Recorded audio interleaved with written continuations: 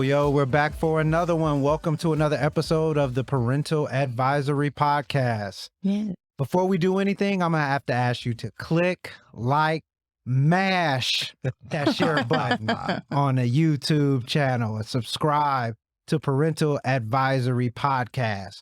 We want you to share this invaluable content with the people that will be able to use it. This episode is sponsored by South Seas. South Seas is a streetwear brand out of Montgomery, Alabama. You can actually find them at South Seas 1 of 1 on IG, or you can go to their website, which is southseas2k.bigcartel.com. I'm actually rocking a line from the Strange Fruit. Okay. Strange Fruit, inspired by Billie Holiday. It's crazy that something like Strange Fruit that was written back in the 40s maybe is actually still relevant now. You know, they may not be hanging from trees, but they're hanging us and putting knees on our necks and all kind of stuff. So shout out to South Seas, and as always, support Black business. How's everybody doing today? How's everybody been? It's been a while. Phenomenal. Phenomenal Blessed. woman. Blessed. Feels great. Kiki. Great to be alive. What's going on? It's been there. It's been there. It's been What's there. there? What's there? I want to know what there is. What is there? We had a rough week. I got a child that had she had the flu last week. Oh, She also had man. sickle cell. Mm. She had sickle cell disease, so we had to be in the hospital for a couple days. So Well, everything it was. we're it was tough. rebounding. No, she's good now. Okay. She's perfect now. Yeah, she's good. Well, of course, we're sending nothing but prayers and Yeah. energy, speedy recovery. So there goes parenting, you know. I was It's just going to true. say, Wow, you yeah. cannot check out. Yeah. It Exactly. doesn't matter how you're No off doing, weeks. you cannot Yeah. check out. That's wild. Mhm. That's why. Anybody have anything crazy happen? Anything surprising, Terrence? You been back to the White House, or you know, peace treaties doing peace treaties in the Middle East? It's What's been going great, on? man. It's been a great week. Everything's been flowing well. Yeah. Nothing to complain about. Okay. It's great. Hey, that's a good thing. That's all you can ask about. You can complain, but really nobody cares. Nobody. Nobody's listening. But nah, so Well, today we see how this episode's gonna go. Oh yeah. So pretty much what we're gonna talk about today is parenting styles. Sure. As you know, there's different styles. Different parents like to do things a different way. And you know, really there's 4 main parenting styles. So excuse me because I'm gonna actually have to read here. Don't judge me, but we know that there are 4 main parenting styles. Where did you get this information from? Don't be asking me to cite No, my because- source because I No, don't feel like because citing my you source ask any right now. parent, what you mean there's a parenting style? You know what I'm saying? I get it. Switch from a tree. I believe this. Oh, it actually came from parentingforbrain.com. Okay. So is that, I don't know how credible that is. Reputable. But Fair enough, it looked I good. guess. It looked Yeah. good. The styles that you're saying are actually legitimate styles that they teach us. Coming from the Oh, there we therapist. go. Okay. There we So go. I will go for The that. degree on us. And that's why we have you here, Marquita, because you are the expert and you are the professional. Thank you. I appreciate that. But we have 4 main parenting styles: authoritative, authoritarian, permissive, and uninvolved. So some of the highlights of being an authoritative are nurturing, boundaries, expectations, responsive, accepting, open communication, and discipline. Authoritarian would be strict, high expectations, gives orders, rejecting, controlling, unsupportive. Permissive would be affectionate, nurturing, indulgent, little control, giving in, few or inconsistent boundaries. And the last would be uninvolved. Uninvolved, rejecting, neglected, self-absorbed, no boundaries. I didn't know that there were 4 different parenting styles until I researched it. So it was interesting. So I guess I want to go around and maybe ask, you know, what would you say is your parenting style? Yeah, I would say my parenting style derives from my parents themselves. And I was blessed to actually have 2 supportive parents, a mother and father who were there and who've been married for over 50 years. And so it was an equal discipline in terms of academics and making sure that I'm actually doing my homework, was respectful of elders, and was involved in activities and things of that nature. So I had socially, spiritually, academically and from a discipline standpoint there. So I feel like I'm trying to emulate that as myself. I don't want to be uninvolved, right? And I don't want to also be super strict where the kid grows up and rebels. Yeah. So I've seen that as well. Yeah. And so I think it's a healthy balance of making sure that one, you're there present in their life, right? But you're also actually putting up boundaries and putting us strict protocols to follow and not necessarily letting them trying to raise themselves and let the TV or some entertainer raise them. So I feel like I've been blessed to actually have that type of experience. And so I kind of want to bring that to my household and to my upbringing as well. So which of those four would you say you are? Would you say you're more authoritarian? We know you're not uninvolved. Yeah, I'm a hybrid, authoritarian and Authoritarian. That's a weird. I don't think I've ever heard that word in my life until today. So yes, I'll say probably a hybrid. Okay. Of that. That's fair. And I see some positive aspects of both per se, but I just want to make sure that the structure is there, right? And the involvement is there and the support is there. So that's something, and you said, maybe 10 years down the line, it's going to change. Absolutely. But what the plan is, right? And what the scope of what I feel is the right way to do it is kind of emulating what my family boundaries put on me. Okay. Interesting. And I say interesting because I also take my parenting skills from my upbringing, but in the opposite way. Meaning I do the complete opposite. So I unfortunately was not very supported. It was very strict in my home. When my mother remarried, who I call Dad, he showed me a different way. And I think because he felt, I didn't feel like he felt obligated to be there and he chose to be there, I responded to him a lot differently. He wasn't strict, so that made me not do things because I was always in a bad light with my mother. It was like, screw it, who cares kind of thing. I was always doing something wrong, whether I was doing it right or wrong, regardless. So I never felt like she had my back or anything like that. But my dad was like 10 toes down. He believed every word I said. So I didn't lie to him. I didn't do things behind his back. I came to him first, that kind of thing. So it's kind of almost like good cop, bad cop a little bit. So my mother was 15 when she had me. So she was really, really young. For the most part, my grandmother raised me. But when I was in her home, for the most part, it was more like we just, I don't think we ever really had that mother-daughter type of connection. So with that being said, I'm extra with my daughters. Yeah. I have 15-year-olds and 14-year-olds, and I would like to say that we're best friends. It does make me uncomfortable when we have certain conversations or when they open up to me, but I don't show it because I don't want them to be freaked out. But I know just from that, I'm like, I'd have never told my mama that, So I'm very blessed to have that relationship with my daughters. So I would say I'm a combination of authoritative and permissive. I do give in. I have to play good cop, bad cop. I'm a single mom. So their father he lives in a different state. He's not in the picture as much as I'm in the picture. Okay. So of course he gets all the good phone calls. Exactly. He doesn't get the emails from the teacher saying, hey, your daughter was on her cell phone today, right. Or that kind of thing. So, but I've always, I guess that I have a chip on my shoulder where I want my daughters to always feel like they're supportive, that I always got their back no matter what, even in the wrong. I'm going to be there and I'm never going to look at you any less than that. So I'm like that. But I will say this. I raised my son a bit differently. I'm a little more, let me not say a little more. I am strict with my girls. Meaning I expect more out of them because I'm showing them how to be a woman and I'm showing my son how to love a woman. That's two totally different things. That's like a book. Wait, do that one more time. That is do that. Just say that one more time. I'm teaching my daughters how to be a woman and I'm showing my son how to love a woman. I can't show my son how to be a man. I just can't. It's not in me to do. But I can teach him how to treat a woman and I can show my daughters how to be a woman because I am that. You need to coin that. Yeah, and I think that's missing. Because a lot of times people are having other outside influences trying to raise their kids per se. Yes.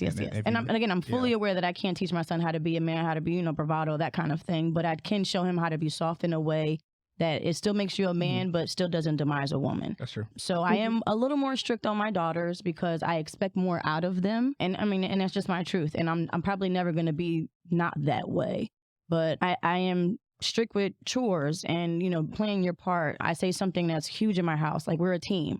So if you fall short, if you have an attitude, if you don't want to do your chore, we all suffer because we're a team. So if mommy just decides I'm not cooking today, what happens? If you decide you're not cleaning the bathroom today, what happens? It affects the entire team. Right. So we are a team in this house, and that's just the way it functions. I'm not your maid. I'm not this. I'm not that. We have to function as a team. So that's just the way I raise my family. Absolutely. That's dope. No, it makes sense. I mean, as far as it goes, that's good you have like that outlook because I was raised by primarily my mother, and she knew that she didn't have that bravado to raise a man in certain aspects. So that's why I would spend every summer with my father, and Right. she made sure that my grandfather and my uncle would come over. Because, like, for instance, my mom couldn't show me how to pee standing Right. up. Oh, that was a Yeah. challenge. So Lord my Jesus. grandfather would Yeah. come over and show me how to pee standing up No, because She didn't know. she didn't know. There's no way Right. a woman can teach a. I mean, you can direct, someone. instruct. I mean, I did. Yeah. It was You interesting. Oh, but wow. Yeah. I did. But yeah. okay, but no, that's cool. You have that balance. Kiki, what would you say? Would you, as the pro, would you say you're more that authoritative, authoritarian, permissive, or definitely not uninvolved? But I am similar to Tiffany. I'm a mix between authoritative and I kind of go by the philosophy of trying to figure out is what do I want my kids to learn from any situation. So I allow them to have a little bit of freedom to kind of explore things and to kind of mess it up so that they can learn how to get right. That's my whole purpose of it. I don't want to. I'm not going to be with them forever. So I don't ever want them to grow up and say, oh, I'm not going to do this because my mom told me not to do it. I want them to not do it because of A, B, and C. You know, this is the right way to do it. This, you know, that's how I've always wanted to have them. And our boundaries in our household, it's so weird. Like there was a time when my oldest daughter, when she was younger, she told people we didn't have rules at our house. And it Oh, wasn't true. no. We definitely had rules. But I was like, we don't have rules. What are you talking about? She was like, we don't. I was like, well, you don't do anything. Like, and I had to go through the Right. different things. Like, don't we do this? Don't we do this? I was like, yeah, I was like, technically those are rules. And she Right. never viewed them as rules because that's just Right. how it was. But that's So, and I embarrassing. thought, Don't and I say like that. that. Yeah, right. I can understand that, but Yeah. I can totally relate to every that. time. But you know, both my kids say stuff that I've had to make it sound good for everybody else. Like go through, like, yes, we do have rules. We do have to, you know, Yeah. do certain things. But yeah, I want you to learn things.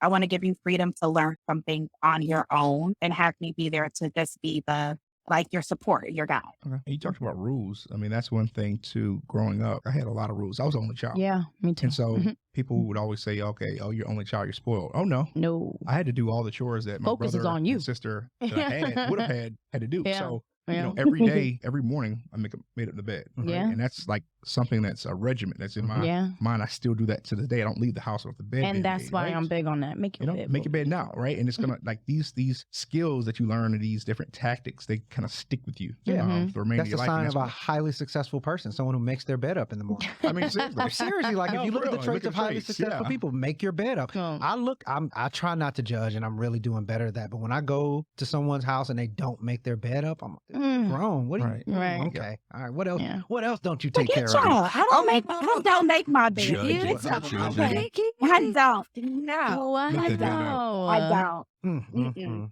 No, I gotta make my don't. bed. I know Nina didn't sign off on that. Mm-mm. That's cool. Yeah, no, Nina's very different from me. She is the make your bed up, the everything is in its right place type Absolutely. of thing, and that's not me. You know what I'm really big on with my kids is, especially I guess I haven't experienced this with my son yet, but with my daughters, like I said, my mom, I always did wrong in her eyes. So, and my mother was very strict. I was the only child for about 9 years before or 8 or 9 years before my sister was born. But I was the oldest. I'm the oldest of 9 children. So there was a lot of weight on my shoulders, So with that being said, I felt like I couldn't experience life. And I did a lot of the first things after I had my daughters, because I had my daughters at 19 and 20. And with that being said, I was really green to a lot of shit. And I did a lot of things wrong because, again, I just didn't know. So with that being said, I thought a lot of things were cool, and I thought a lot of things were this and that because I didn't get to experience them. Like you said, Kiki, you allow your children to experience things and learn from them and come back and have that conversation, So I'm huge with that with my daughters.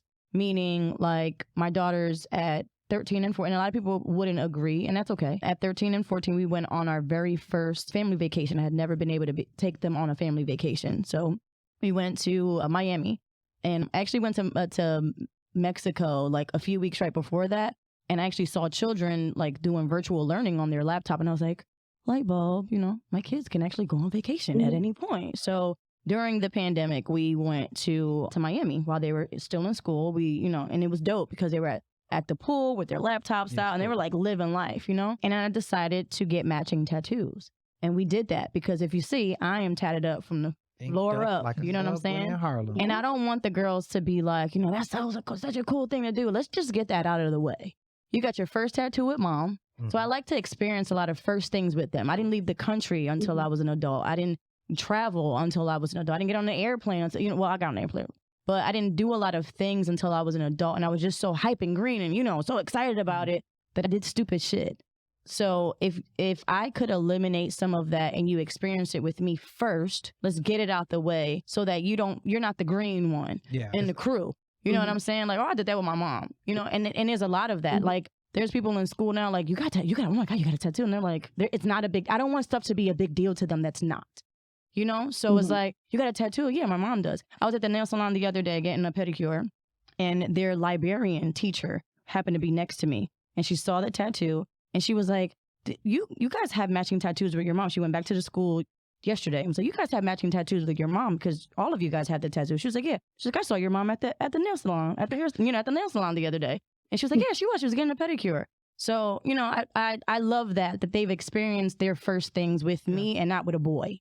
Not with a group of friends that don't matter. Yeah. You know what I'm saying? Because, unfortunately, I was that girl. I experienced things with a boy, and it was like, oh, my God, it's so... And it was like, no, it's not. It's not exciting. I was just agreeing to a lot of shit because I was restricted from doing a lot of things. So experience it first with me and, before you go out and experiment and make a mistake. Absolutely. Because I don't want, anyone to be doing something that I didn't do for my kid, right? Yeah. I mean, especially if you're having, daughters as well. The first guy that takes you out to Miami, you're wild. Yeah. You've never gone before, right? And so having that green aspect is something you want to make sure that the experiences have already been done. So the thing is, too, I've been blessed. When my parents had me traveling up and down the Eastern Shoreboard, going to various HBCU homecomings, right? Yeah. So I saw it all. Like I saw every school in the MEAC, aside exception of 2. And so with that experience, it wasn't something when I got to college or later on that it was a wow factor. Right. It was cool, right. but I was used to it. And so if you're talking about things of that nature, especially raising young ladies, you don't want some little, boy to come around and try to give those experiences and make mistakes that way. Even if something as simple as eating out. Like we didn't do that growing up. We did not eat out. My mom cooked every day. We did not eat out. So I take them out purposely. Yeah. Don't be acting brand new. And on the flip side, for a mother raising a son, like I said, my mother primarily raised me the majority 9 months out of the year. So she would do things like take me on dates, but she would make sure that I opened the door when we would go, that I pulled the chair out. Yeah. Teaching me. What was your You teach a boy how to love a woman. She taught me how to love a woman. Bars. So she would do that. She would dress me up, put my little bow tie on, have me open doors. And what that did is now for me, opening doors and pulling out chairs, and it's natural. It's not uncomfortable for me to do. So those things are good to teach our kids because you don't, like you said, you don't want, like for me, like what you were saying earlier, who you think is going to take Zoe to Miami for the first time? Right. Exactly. Me. Right. I'm going to show her. Yeah. I'm going to say, hey, you see this? This is what you do. This is what you don't do. We're not going to stay in the Art Deco area. I mean, we're going to stay up. We're going to stay, but experience. I'm going to take her down there just so she can see the vibe. That. Yeah, she's going to see the vibe. You know what frustrates me though? When you see kids and they're misbehaving or they're not being disciplined or they are lacking certain skills, right? Skill 101, when you cross the street, look both ways, right? Yeah. I see this all the time, and I'm like, who raised you? Yeah. Right? I always say that. I say that at who least raised you? 3 times a week. Like, who raised you? Just doing things or the lack of common knowledge that you would think that a parent would instill. So those are the type of things I want to make sure that it's not any glaring deficiencies in terms of skill set. Yeah. And you hit on something, Tiff, that I was actually going to ask and present to the group. Another thing, when you were talking about the tattoos, what would you say, or have you ever been ridiculed for some of your parenting decisions by anyone else? Absolutely. All the time. Yeah. So what's like, well, that was one example. Terrence or Marquita, have you guys ever been ridiculed for anything you've chosen to do as a parent? Well, yeah, I'm fresh in the game a little bit, but exactly, I have a lifestyle where I do a lot of traveling, right? And I've kind of calmed down on that a little bit more, but we had a scenario where my son was, I think, 3 weeks old and we took him to brunch. And, we put headphones on him and things of that nature, but, we like to brunch on Saturday and Sunday, right? So he's going to come with us, right? And, some people were thinking, oh, he's a little too young to be out like that. We had a cover over him. We had different things of that nature. But, my parenting style and what your expectations, I don't care about your expectations, right? Exactly. So it's not going to hurt him physically or things of that nature. So, yeah, people can judge about, clothing or what you wear or, things of that nature. But, yeah, not that much just yet. Yeah. How about yourself? I dare you to challenge me on any of, on any of it. Like, I not have one, I not have two, I have 3 teenagers. in my home, there has to be a balance of good cop, bad cop. Right, like, for sure. I got to give in a little bit so that they trust me, and I got to be stern so that you don't try me, you know? So, I mean, the tattoo thing, it was a given. You know what's funny is that you would think that, yes, let's do it. I had to talk these girls into it. Oh, wow. Yes. Okay. Not only that, it was like, again, the whole team thing. So if you don't want to do it, I'm not going to pressure you, but that means all of us ain't going to do it. And in like 10 more years, we're going to talk about this moment, how you punked out Right. and how we, you didn't do it. So no pressure. You know what I'm saying? And here goes peer pressure, yeah. So it's Not like blood in, blood out, gang, gang. yeah. So it was funny because their dad is a tattoo artist. Oh, okay. So I Full faced, circle. and of course, and I didn't consult with him. I raised the girls for the most part. So we have that relationship where I can make those type of decisions. With that being said, I FaceTimed him and he was like, "Are you sick? Are you well?" Because, I'm pretty stern. I'm pretty stern with my girls. Again, I expect a lot of them and I want them to be I want them to be better than me. Right. So he was like, are you good? Like, are you well? And I'm like, yeah, I'm fine. And I turned the camera around and one's cringing, the other one's playing on her game, and the other one was crying because she's extra emotional. So he's like, that's really dope. That's really awesome that you did that. He was completely supportive. But initially he was like, whoa, what happened? What's going on? Because he knows how I am with my girls. I'm super overprotective, but that is something that I know they see me. And I'm still kind of cool mom right now. Right. So it's like, my mama got tattoos. I don't want you going out sneaking because I did that. Right. My parents didn't have to, my dad did but I snuck and got my first tattoo. I got 2 tattoos actually. I was 16 years old when I got my first tattoos. And my mom didn't know I had those tattoos until after I gave birth to my kids. Like, she happened to look and she's like, "Oh, when did you get that?" Right. 5 years ago. Like, you're late on that. My mom saw one of my tattoos for the first time like 2 weeks ago. Oh, wow. Like, seriously. It's wild. I don't have any tattoos. My siblings both got, I remember my sister showed me, she got her belly button pierced and she had a tattoo. I said, you did? And I'm the oldest. And it's a Right. teaching lesson with them, meaning, mom felt like I had to do this, and I still own this. Mom felt I haven't gotten tattooed. I mean, I got this last one, my brand on me. But when I say I was getting tattooed back to back to back to back to back for a very long time in my early 20s, because that was my outlet. You girlies, you have an outlet and be expressive in that way. But my outlet was I felt like I couldn't express myself. So every tattoo that I have was a chapter or something that I have gone through, and I closed a chapter and kept it moving. I call my tattoo artist my therapist. I have 2 of them, a female and a male. And I called them my therapist, really, because as soon as I got it, I let it go. And that's just what it was. I felt that pain and I let it rock. I didn't have that parental guidance where I know so many people that can call their mom, and be like, hey, this, and this. And I didn't have that. So this was mommy's outlet. And I don't want you to feel like mommy did this because it was cool and, this and that and the third. And mom's still young, but this isn't a cool thing to do. Mommy used this as a way to express myself. So don't go doing it just because your mama got it from the head to toe and it makes it right. You know what I'm saying? So that's why I did it. And again, it was a lot of convincing and a lot of talking them into doing the tattoo. But nonetheless, we got it done. I'm super proud of them because they not punks. What's up, Kiki? I'm a punk. I don't have any tattoos. Hey, I'm right there with you, Kiki. It's me and you. I have one teenager at 14 and she wants a tattoo and I wouldn't let her only because it's something permanent. And that's when I was like, it's permanent. Like, what do you want on you? Like that for the rest of your life. And that's the reason why I don't have one. I'd change my mind like every 2 seconds. I'd get it at midway. I'm like, oh dang, I want something else. And we got palm trees because of our first vacation. Palm tree. Okay. So everybody got on the same spot. But I get it. And that's what I talked to them about too. This is very permanent. So mom is proud of what I got. Don't go getting, Kiki, do you love me? Because it's a cool song. You know what I'm saying? Don't go get don't go get stupid shit on you because it's cool in the moment. Right. So we settled on piercing. Okay. So I did a lot. I said that because she got an industrial piercing like up here last year. And so I said, well, every year for your birthday, I'll get you another piercing. Okay. And that's what we'll do. Because that's something you can take out if you don't want it anymore. And then once you get older, you can make your decision to get anything permanent. Okay. It's just not something that I'm willing to let you do right now. Because you change your mind too quick. How do you feel about Zoe wanting her nose pierced at 15?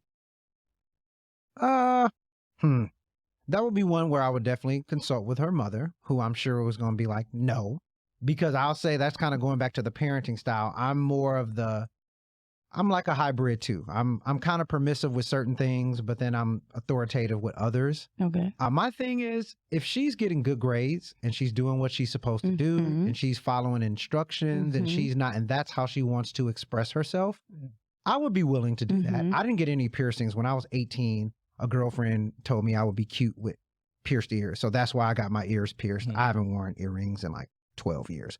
But I wouldn't be opposed to it because, even like dating or makeup, tastefully, I won't be the one to apply it. But if she's able to wear makeup tastefully and not look, excuse my language, like a tramp or something, I don't have a problem with it. Yeah. But if she's putting on a whole face and looking like a clown, I'm Right. like, we're not doing no bozo stuff over here. Yeah. So I would be open to it. Yeah. But, that just kind of goes to segues into, what do you do when you actually have a parent or a co-parent that has a different parenting style than you? Because in my situation, I almost want to say that, and she's probably going to get mad, my ex-wife is more of an authoritarian because how she was raised to only get straight A's. She had to go to school all year around.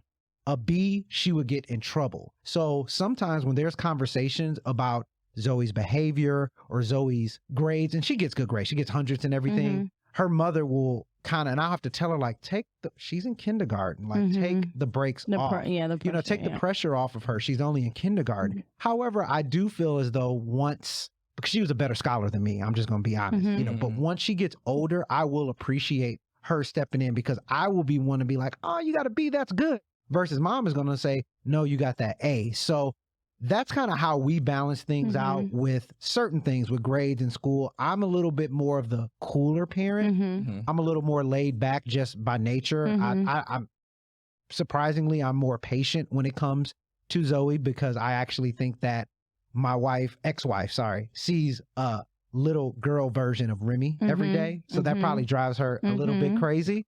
Versus me, it's like a little girl me. I'm like, I know what you're doing and I can kind of navigate that. But in your guys' cases, how do you navigate through having a parent or does the co-parent or a parent have the same style as you guys? Yeah, and that's I think that's the stigma too that you think with the dads.